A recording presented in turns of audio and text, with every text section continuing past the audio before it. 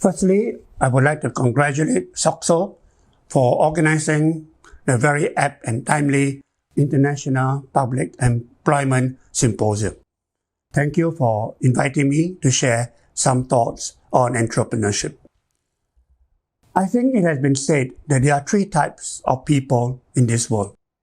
People who watch things happen, people who make things happen, and people who sometimes wondered what happened. Entrepreneurs are people who make things happen because entrepreneurs create wealth, jobs, they create business opportunities, and they pay taxes. So entrepreneurs do make things happen for their countries and their societies. We have also come across different types of entrepreneurs. There are those from family businesses. We have also come across social entrepreneurs as well as intrapreneurs who are entrepreneurs within an organization, managers who develop an entrepreneurial mindset, hence they are called intrapreneurs. We also see today a rise in digital entrepreneurs and women entrepreneurs. So all these different types of entrepreneurs make a difference by creating opportunities and by developing innovation. If I may share, there are several key success factors for entrepreneurial leadership. Entrepreneurs are known for their diligence, their hard work, their initial sacrifice, their clear vision, and their imagination, as well as their perseverance and passion. Entrepreneurs sometimes can be described as VIP people, but the V stands for vision, I for imagination, and P for perseverance. So we need entrepreneurs to have vision, imagination, and perseverance. There are some other entrepreneurial attributes that we should recognize. The three A's: agility, adaptability, ability. The three I's: innovation, industriousness, and impact on society, leaving behind a legacy. The three T's: talent, trust, transformation. And the three C's: capability, collaboration, and communication. Because entrepreneurs who are successful are able to communicate and collaborate well. Today we live in an increasingly VUCA world, volatile, uncertain, complex, and ambiguous. And because of these, we need to have strategic responses to move forward by having a clear vision, a strategic mission, having clear strategic plans and strategic thinking to overcome the challenges of the VUCA world. During this pandemic, entrepreneurs need to have survival skills and survival strategies. They need to ensure that their businesses can survive in a period where a lot of businesses are not able to operate. So cash flow is king. Entrepreneurs must ensure that their businesses have sufficient cash flow to survive. Increasingly in today's world, we see that entrepreneurs need to give back to society and to build a lasting legacy for themselves. And hence we have many entrepreneurs who have now established charity foundations that will focus on corporate social responsibility. And increasingly, many of these new foundations pivot more to the sustainable development goals so that businesses of today can be sustainable, responsive, and inclusive. We also see that today entrepreneurs look at business at more than just the profit motive. It is not just making money. But make no mistake, making money is essential to business success. But business needs to be more than just making money. Businesses and entrepreneurs need to contribute to their community and to the society that they operate in, especially during these pandemic times. So we see many people now contributing to food banks, contributing and making donations to hospitals and homes to equip them with personal protective equipment, PPEs, and so on.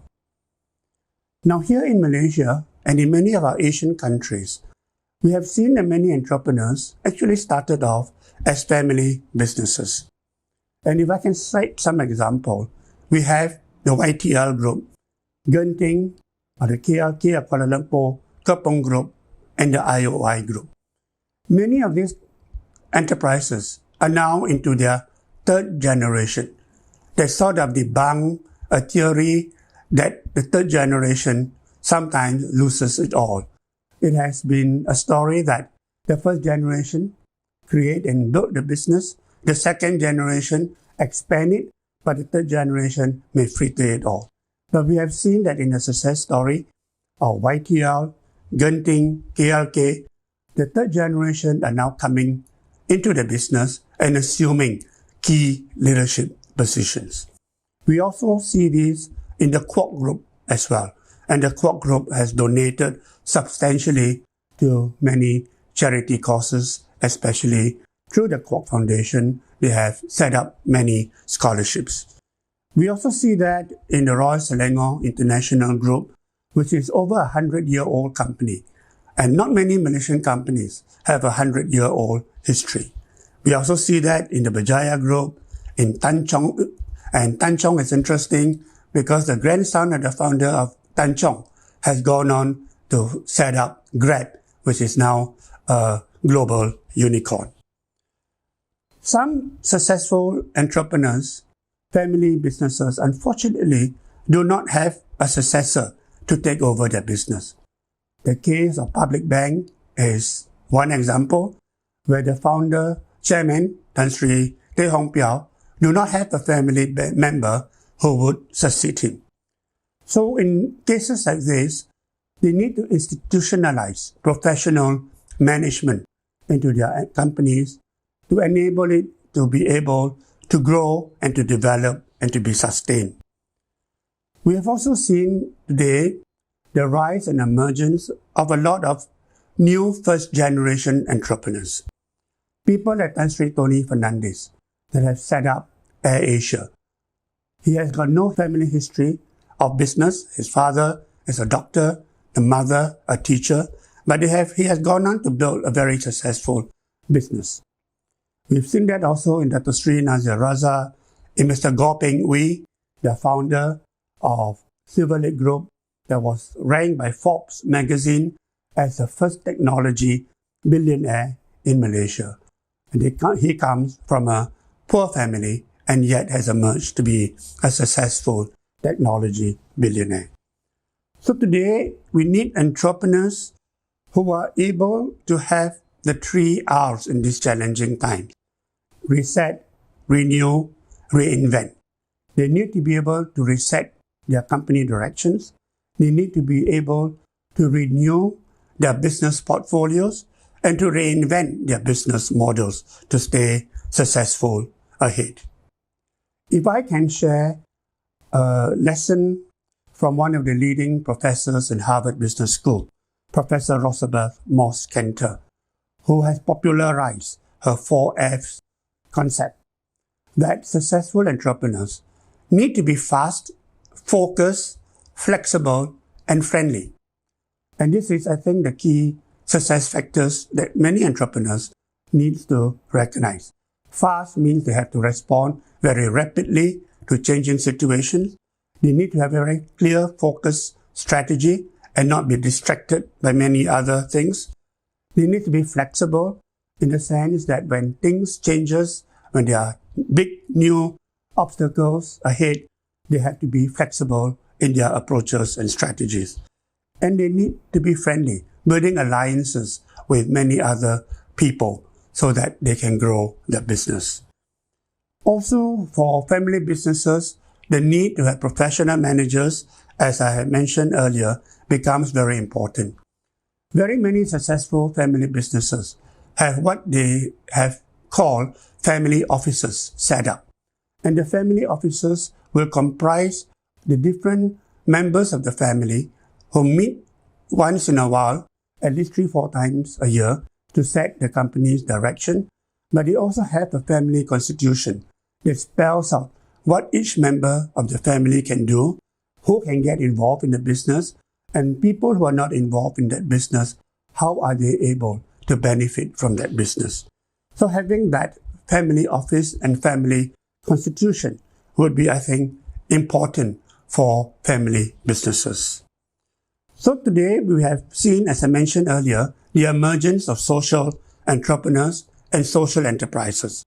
And these are purpose-driven organizations who do things more than just making money, and who, at the end of the day, want to help the poor and disadvantaged, and also to do good in society.